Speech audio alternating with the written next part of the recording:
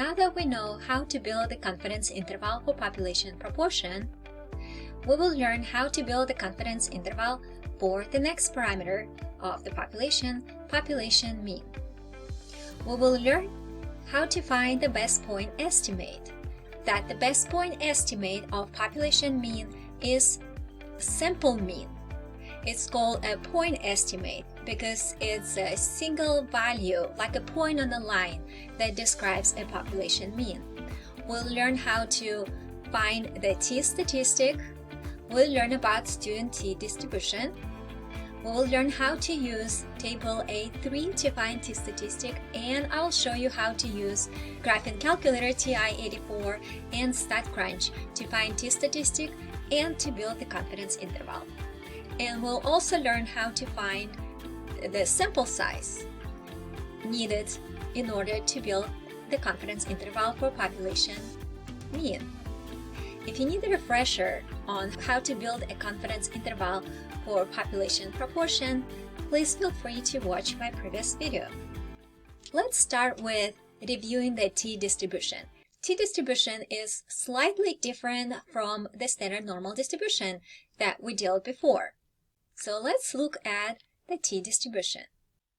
T-distribution, also called student t-distribution, has the same generic symmetric bell shape as normal distribution, except with the smaller sample sizes, it has greater variability.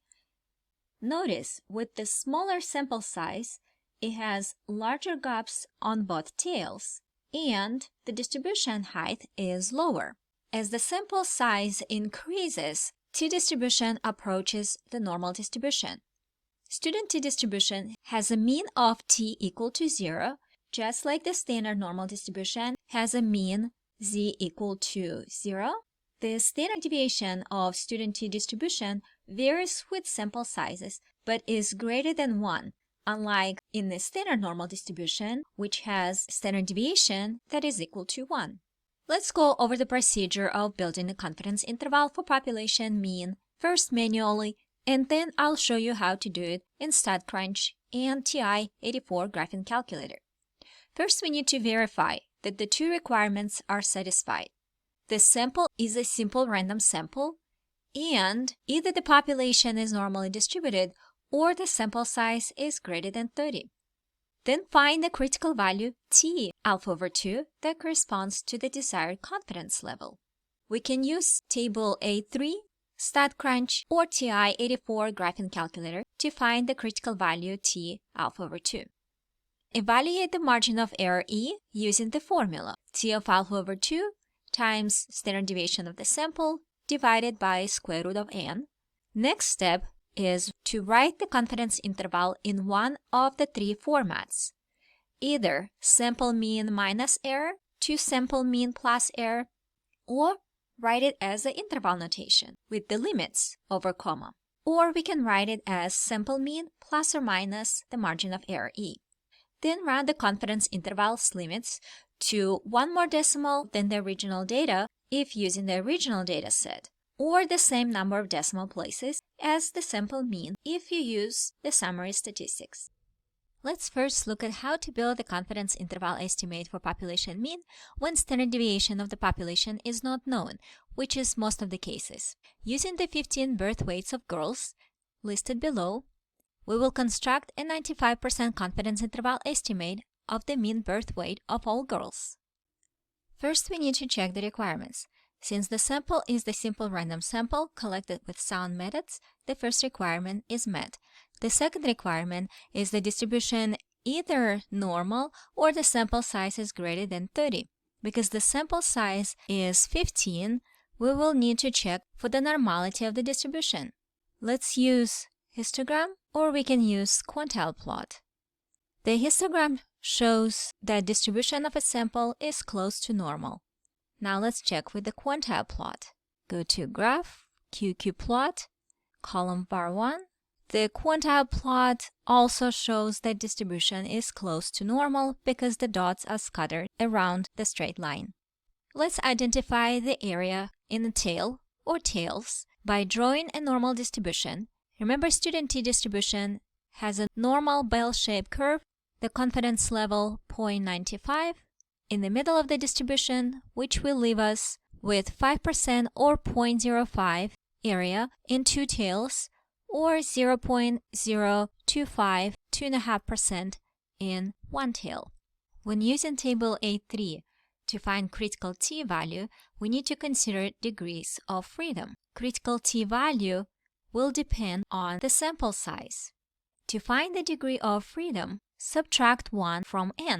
In our case, we had a sample of 15 data values, so degrees of freedom would be 15 minus 1, 14. We will look in this row, and the area in one tail was 0.025 or two tails 0.05.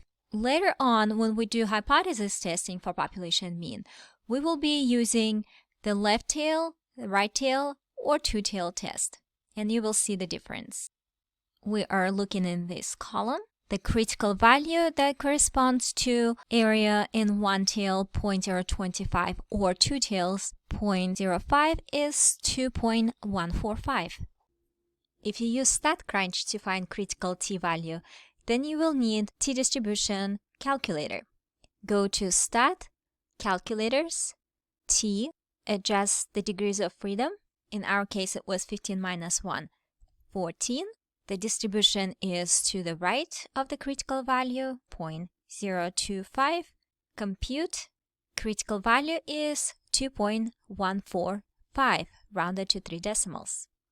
If you're using TI-84 or TI-83 graphing calculator, you can find t-distribution under second, vars, go down to number 4, inf t, enter the area to the left of the t-statistic.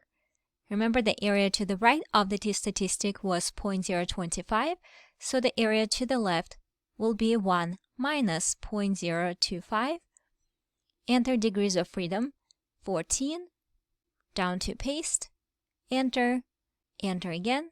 The t-statistic that separates 0.025 area to the right of the t-score is 2.145. Knowing critical value t alpha over 2, we can now find the margin of error. Using the formula, E is equal t of alpha over 2 times standard deviation of the sample divided by square root of n. We just need to find the standard deviation of the sample. Let's use the technology.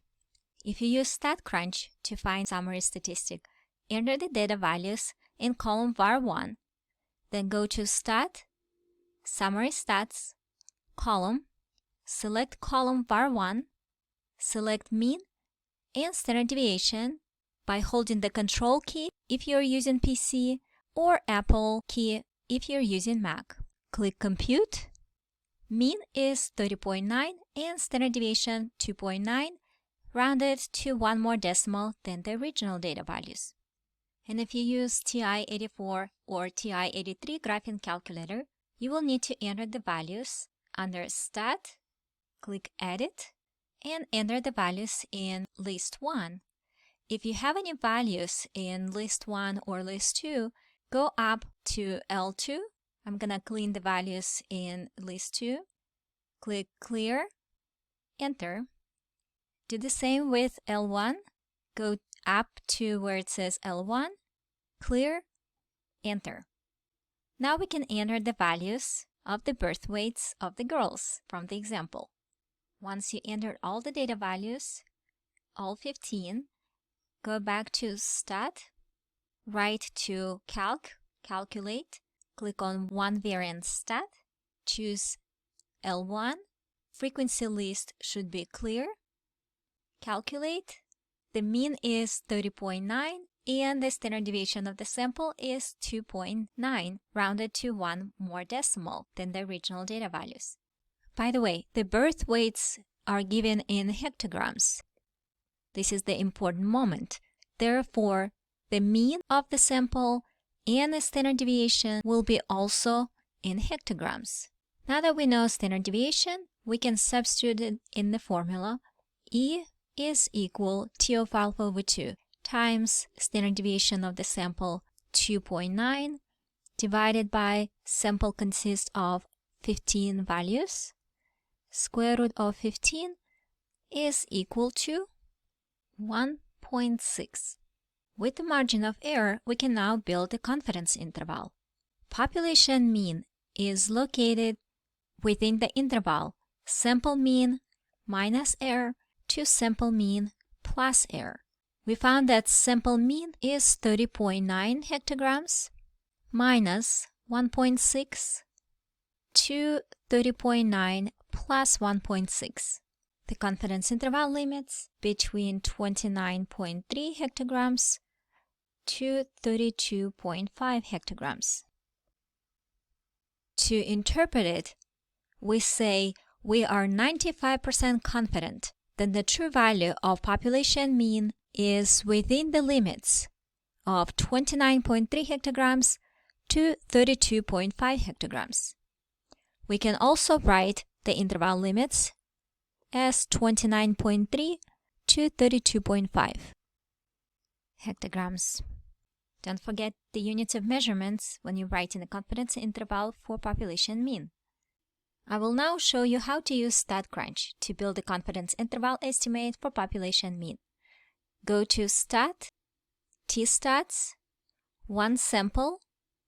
We have raw data, so we're going to build confidence interval with data. And later I will show you how to use the option if we have summary. Click with data, select column bar 1, choose confidence interval for mean, confidence level 0.95, compute. The confidence interval limits are 29.247, and remember we round confidence interval limits to one more decimal than the original data values, 29.2 to 32.5. In TI-84 and TI-83 graphing calculator, the confidence interval for population mean is located under Stat, Tests, go down to number 8, T-interval, click Enter. You can input data or you can input summary statistics. I already input data under second Stat Edit. I have all my 15 data values, so I'm going to use that. Choose list 1, frequency 1, confidence level 0.95. Calculate. The interval limits are the same, 29.2, rounded to one more decimal, and 32.5. The sample mean is 30.9 and the sample standard deviation is 2.9 for the sample size of 15. In rare cases, when we do know standard deviation of the population, then when calculate the margin of error, use z-statistic and standard deviation of the population. The same formula, E is equal z of alpha over 2 times sigma divided by square root of n. Let's use the same 15 birth weights of girls to construct a 95% confidence interval estimate of the mean birth weight of all girls, assuming that standard deviation of the population is known to be 2.9 hectograms and the sample mean is 30.9 hectograms. We will use summary statistics this time and the technology Statcrunch and TI-84 graphing calculator to build the confidence interval for population mean. To build the confidence interval estimate for population mean in Statcrunch, go to Stat, T-Stats, one sample. Before we build the confidence interval with data, now we're going to build with summary. Enter the sample mean, 30.9, sample standard deviation, 2.9, sample size, 15. Now we're entering the size, not the degrees of freedom. Change to confidence interval for population mean mu, confidence level 0.95. Compute. The limits are 29.3 to 32.5. The lower limit is slightly different that we got before, probably because of the rounding of the mean value. To build a confidence interval estimate for population mean in TI-84 graphing calculator from summary, go to Stat, Tests, down to T-interval, Enter, go to Stats, Click Enter. Adjust the value of sample mean to 30.9. The value that was on the screen before is from the raw data. Standard deviation is 2.9, sample size 15, confidence level 0.95. Calculate. The confidence interval limits are 29.3 to 32.5. Notice that the results from using summary statistics were slightly different than from calculations using raw data. The confidence interval limits are 29.3 to 32.5. The upper limit is the same, but the lower limit is different. From using raw data, the lower limit was 29.2, and the upper limit the same, 32.5. This difference might be the result from using sample mean that is rounded to 30.9. Remember, it was 30.88 and so on. If you want to find the sample mean and the margin of error from the confidence interval limits, then we can do that by adding the confidence interval limits, maximum plus minimum, dividing by 2 to find sample mean, 32.5 plus 29.3 divided by 2 is 30.9 hectograms. And to find margin of error, we subtract the lower limit from the upper limit and dividing by 2. 32.5 minus 29.3 divided by 2 is equal to 1.6 hectograms. And if we use manual calculations to calculate the margin of error using the formula z of alpha over 2 times the standard deviation of the population divided by square root of n, it will be the z of alpha over 2 for the confidence level of 95% is 1.96. You can use standard normal distribution in Statcrunch or table A2 to find this value, times 2.9 divided by square root of 15 will be 1.4676. Rounded to 1 decimal will be approximately 1.5, which will bring our limits to 29.4 and 32.4 hectograms. The confidence interval limits are slightly more narrow when standard deviation is known because we are using the standard deviation of the population. Now let's look at the example on how to determine a sample size needed to construct a confidence interval estimate for population mean. If a standard deviation is known, which is rare case, the required sample size is found by the formula. N is equal z of alpha over 2 times sigma, standard deviation of population, divided by margin of error E, all squared. If the standard deviation is not known, which is going to be in most of the cases, then we either use the range rule of thumb to estimate the standard deviation by dividing range by 4, or we start the sample collection process without knowing standard deviation and using the first several values, calculate the sample standard deviation S and use it in place of sigma. Or we can estimate the value of standard deviation of population by using the results of some other earlier study. For example, let's assume we want to estimate the mean IQ score for the population of statistics students. How many statistics students must be randomly selected for IQ tests if we want 95% confidence that the sample mean is within 3 IQ points of the population mean? It happens that I know from previous examples, then the standard deviation of the IQ scores was 15 IQ points. So I'm going to use this number in the formula n equal z of alpha over 2 times sigma divided by E, all squared.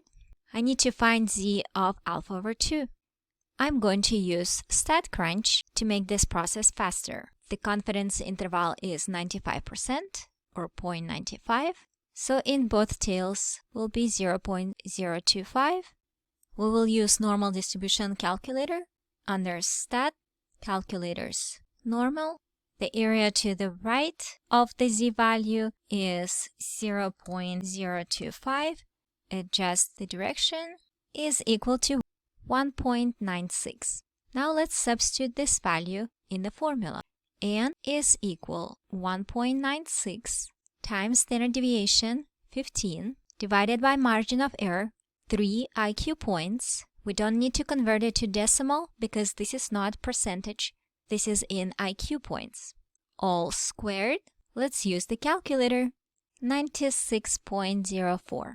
The sample size is always rounded up to the nearest whole number, so it will be 97. We will need 97 statistics students if we want 95% confident level that the sample mean is within 3 IQ points of the population mean. I hope you found this video helpful. In the next video, we'll look at how to construct the confidence interval for the population standard deviation or population variance. I'll see you soon.